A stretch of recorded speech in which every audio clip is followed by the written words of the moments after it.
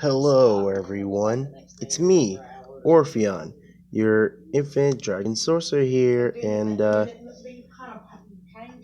today I'm gonna be making a part two of the what if Deku. Sorry, I almost said Asta. What if Deku was a White Lantern? So, last where I left off, Deku and everyone passed the Cork assessment test, and no one was expelled. Yes, not even Mineta or Invisible Girl. And after that whole thing, everyone went to their classes, and then it was at the point where Class 1A then saw the door open, and then All Might said, "I am here. Everyone, I am here. Today, in this class, we're going to be doing a hero versus villain simulation test."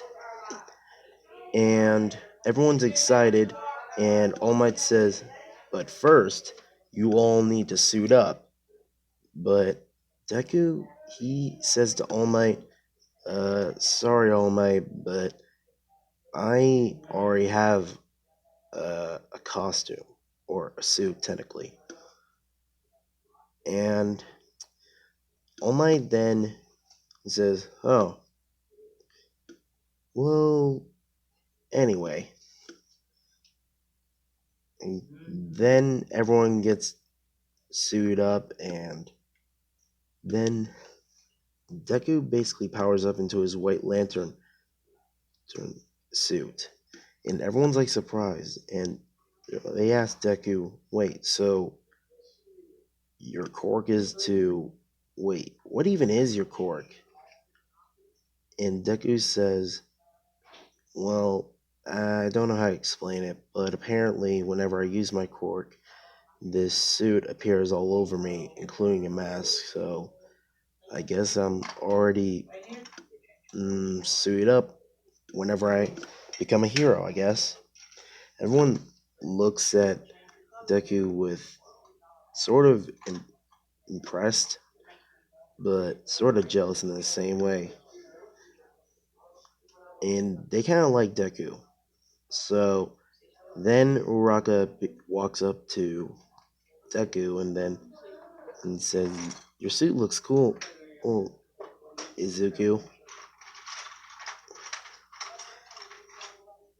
And basically, Deku starts blushing, and he's like, "Oh, well, yours looks great too, Uraka." And then Mineto's like looking at Uraka in her suit, and he says, "I love this school." Then Deku's like, Okay, and then All Might says, "We're about to draw lots for this whole test. And first, I'm going to have to explain the rules. If the villains protect the fake bomb that's in their headquarters, or capture the heroes, they win. But if the heroes capture the bomb and capture the villains at a certain time limit, they win." Then everyone draws lots, and Deku and Uraka are teamed up, and Bakugo is still teamed up with Ida. And pretty much everything's relatively similar, but Deku and Uraka then pretty much Deku tries to make sure that Uraka is safe and able to get to the bomb. But then out of nowhere, Bakugo, he straight up attacks Deku when he wasn't looking. Deku was able to somewhat react, but The attack didn't hurt him, but it still left a scratch on him. And Deku then told Uraraka to find the bomb, and whatever you do, don't let anyone find you, including Ia. So find the bomb and just stay hidden. And Bakugo's angry. He says, "Die, Deku." He begins to start using his right hook, and then Deku knew that Bakugo was gonna use his right hook with his explosion cord, and Deku basically pretty much which blocks it by using his lantern ring to make a white shield around the explosion and containing it. But Bakugo still tries to destroy the light construct from Deku's ring, and it doesn't work. So pretty much it's not working, and Bakugo's really angry. And he says, "Damn it, I can't actually. What even is this quirk? Deku, you said you didn't have a quirk. You are quirkless. And you lied to me all this time? Were you laughing behind my back?" And Deku's like saying, "I never lied to you. For some reason, that this happened for a reason. So I'm gonna do what I have to do, what is right. And I know I'm not trying to deceive you, Bakugo. I'm not trying to lie to you, Kachan. From now on, Deku will no longer be my name. I am a white lantern." And Bakugo's angry, starts charging. Meanwhile, where the Ida is protecting the bomb, the fake one, Uraka then stays behind a pillar, and she tries to sneak up on Ida and tries to catch him off guard. But Ida was still trying to fit the role of being a villain, and then he accidentally makes Uraka laugh in the distance, and then he basically sees her and hears her, and then Uraka tries to use a gravity cord and tries to float towards the bomb, but Ida is too fast.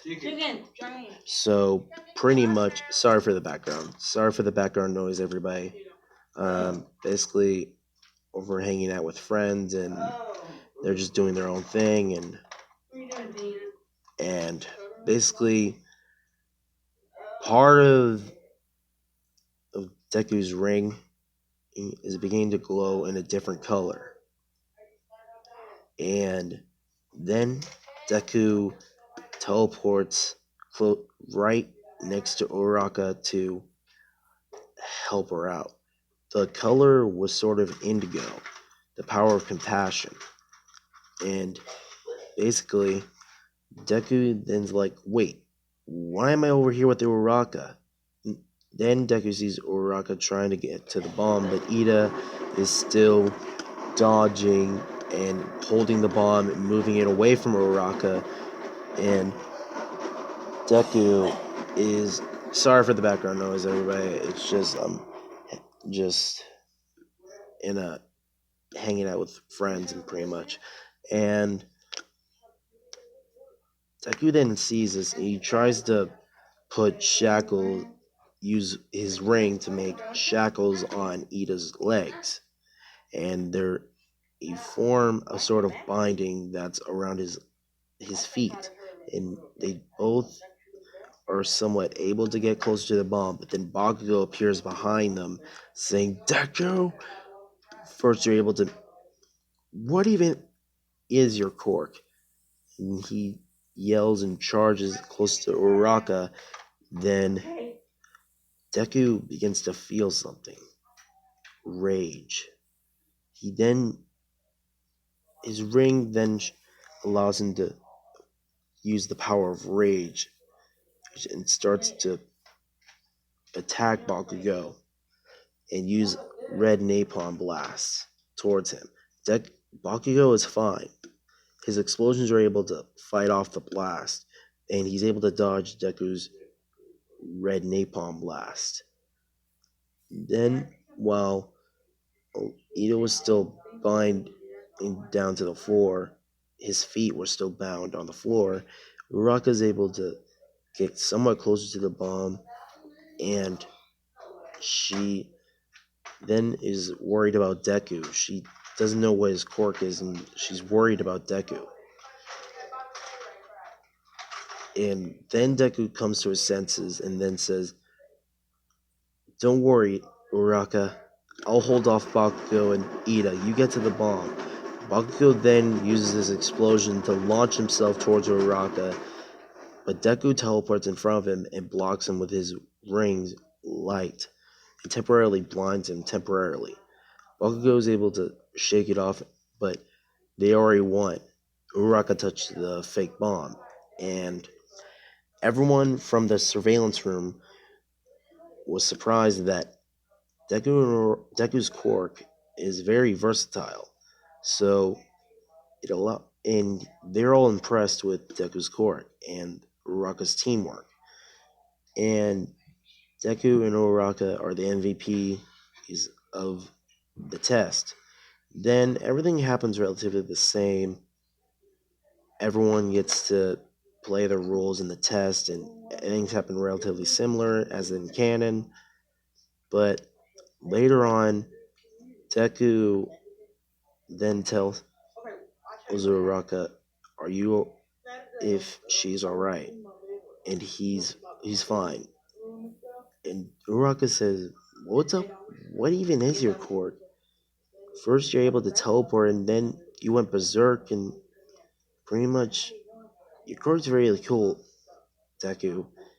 And Deku blushes, and then Uraka blushes, and Bakugo, he sees them both, and he's like, "The damn nerd.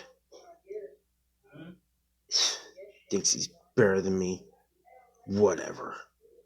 I'll become number one. I'm better than everyone else who's in this damn school. But that icy hot guy, there's still a whole bunch of things I have to improve on my quirk. I'll beat them. I'll beat them all and prove to everyone that I'm the best." And then, meanwhile, somewhere in space, a red lantern ring appears, and it looks like it's trying to find someone. It looks like it's trying to find a new Red Lantern candidate, and it detects Bakugo's anger and rage, and then it's somewhat able to move fast enough within close to Bakugo, and then it scans to see if he's a potential Red Lantern.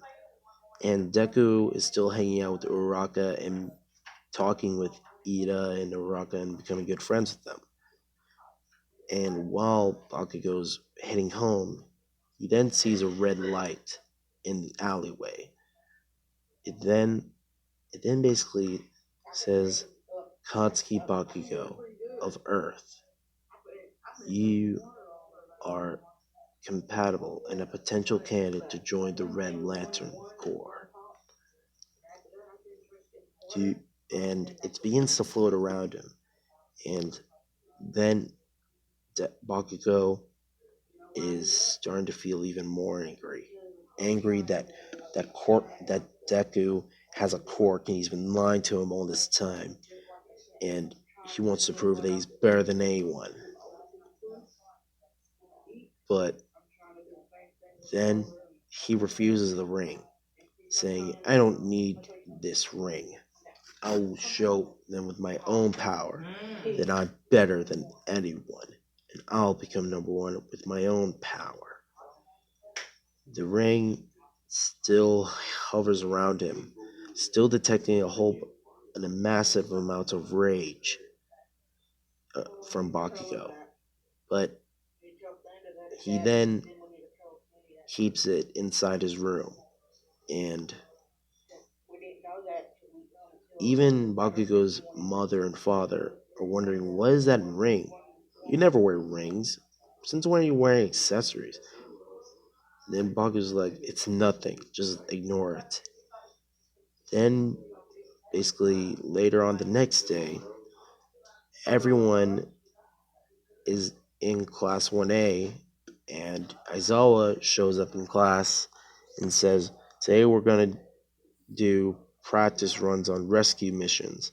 This will improve to see if you're qualified for a rescue course, or to see if your skill level is more advanced. Then, while on the bus to the USJ, everyone's trying to ask about Deku's quirk. And it seems to be very interesting and very versatile. But Deku, he doesn't know how to explain it because he didn't want to weird anybody out. But him and Uraka are still sitting close to each other, and Uraka looks at Deku and she starts to blush, and she doesn't know it. She isn't concerned. She's pretty much not certain about her feelings towards Deku, and she's very nervous. But she enjoys being next to Deku. And then when the bus stops in front of the USJ, everyone is met with Aizawa standing right next to 13. And she says, welcome to the USJ. And pretty much everyone is excited. And then Uraka and everyone is really happy to see another pro hero. And then when they enter the USJ building, the lights start to flicker, and then the lights go off. After that, everyone was wondering, wait, is there something wrong with the lights? Then a portal opens up in the distance in the USJ, and a whole bunch of villains, an army of them, start to try to invade the USJ building. And the students are like, hey, Mr. Aizawa, you didn't say we were fighting villains. Is this part of the test? Aizawa then puts on his glasses, and well, they're not glasses, they're goggles, and he says, this isn't an act. They're all real villains. We're under attack. Everyone was scared, but Deku, he wasn't. He then asked Aizawa if he can help him fight against the villains, because his quirk is not suited for all-out brawls like this. And Aizawa says, no, you and the students are supposed to inform and tell the pros that we're being under attack. But Denki tries, and everyone tries to use their phones, or Denki tries to use his quirk to support part of his quirk to telephone or someone, let everyone know that they're under attack. But Toroki then says, it's not going to work. One of the villains must be jamming the signals. That explains why the lights are still off. And then Aizawa charges at the villains, taking them out a little bit one by one, but effortlessly. But then Oma Shigaraki and Konigiri, the warp villain, then appear out of the portal. And then in the background, the Nomu appears. It was right next to them.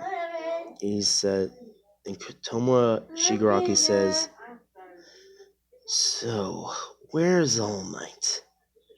I have a lot of friends who'd love to meet him, and watch him take his last breath in this world. And then pretty much the villains start to swarm Aizawa. Aizawa is only able to handle somewhat all of them, but then everyone tells Ida that who's the fastest in our group, and then Ida says, well, actually, Ida says that it's not me. You need to ask Deku. And everyone's looking at Deku. He's like, "What? That teleportation ability? Maybe you can use it to tell the principal about the villains invading and trying to attack us." Deku said, "I don't know how. I mean, I never even met the principal. Well, so, I'll try." He then tries to teleport to the principal's office, and he vanishes in a flash of white light.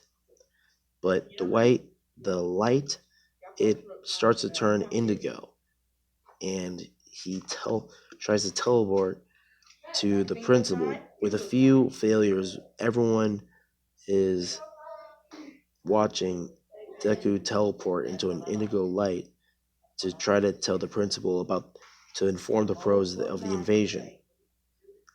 And everyone else is still warped away into different parts of the USJ, and 13 is still trying to protect some of the students from being attacked by the Konagiri, the warp villain.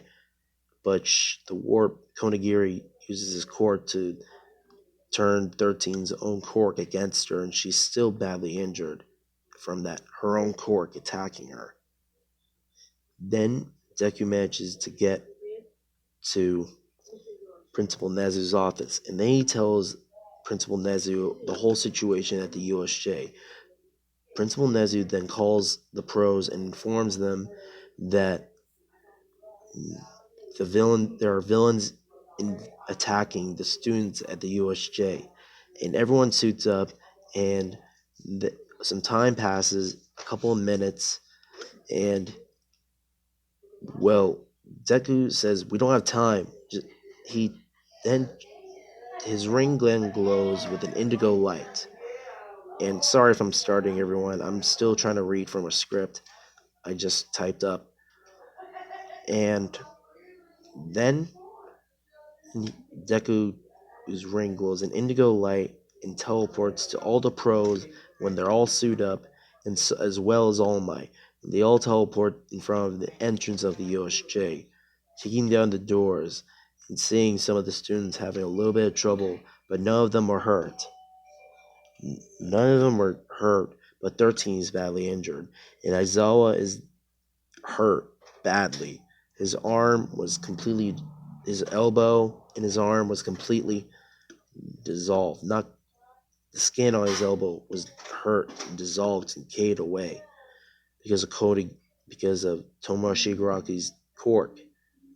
He's the guy with multiple hands all over his arms and face. And then the Nomu pretty much tries to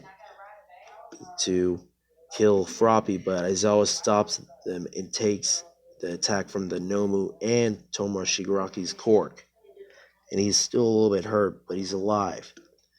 Deku then sees this, and then he begins to get angry, very angry, and then his ring starts to glow a very red light, and he starts using the power of rage, and then he attacks the Nomu,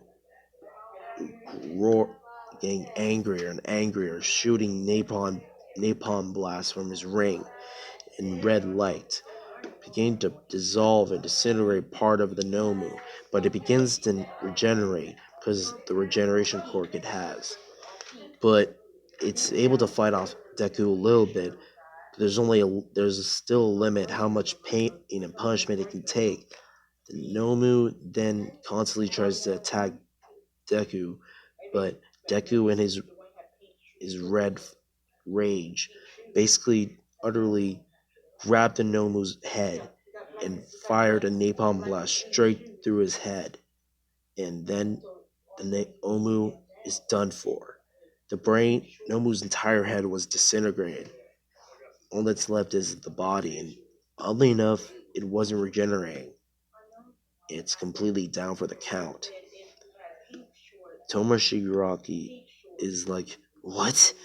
That kid, he he cheated. That's not fair. Not fair. He then begins to scratch his neck profusely and begins to bleed, but he then says, Konagiri, let's get out of here. This plan was a failure.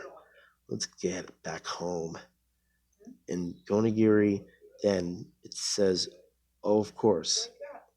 Then they teleport out of here. And the villains are like, wait, so they're just going to leave us here? And for the pros? And for the heroes? Bunch of cowards. Some of the villains go all out, and they know they're about to get caught and captured by the heroes, so they try to attack some of the students, but the pros were already there, and then the pros capture all the villains that were left behind by Toma Shigaraki and Konagiri. Then, afterwards, a few minutes pass by, and all the villains have been captured. Deku begins to calm down, and he turns back into his White Lantern form. And everyone's like, man, thanks, Deku. If it weren't for you, if it weren't for your quirk, we'd all would have been killed by those villains. Yeah, but Deku says, no, it's not good enough. What if there's an even bigger threat? I need to improve and train my quirk even more and how to use it properly, because apparently I'm capable of a lot more, but I just didn't know it yet until today. Everyone starts looking at Deku and they say, don't worry, Midoriya, you'll get better. And you know what? Thanks. And the police then try to figure out what's going on with the Nobu's body, and it's still the same, but the head is completely gone, so it won't move. And then All Might and the police tell the students and Principal Nezu that school is closed for the couple of days or a week till they find out how the villains knew that the kids were going to be at the USJ and how they invaded the USJ. And they're trying to look into this attack. So everyone is heading home, and pretty much everything happens relatively the same. But pretty much when Bakugo gets home, the ring is still floating around in his room, waiting to see if he'll join the Red Lanterns. And it's just going to stay there for a little while until later parts in this What If, so just letting you all know. Then, pretty much, Deku then heads home, and Inko Midoriya, Deku's mom. Inko then asks, Izuku, honey, are you okay? There were villains attacking, and Deku then says to his mom, yeah, I'm fine. I'm not hurt. It's okay, Mom. And then Deku then says to his mother, I need to get some rest. I'll just head to my room. I don't need to eat anything for now. Inko then says, Izuku, are you sure?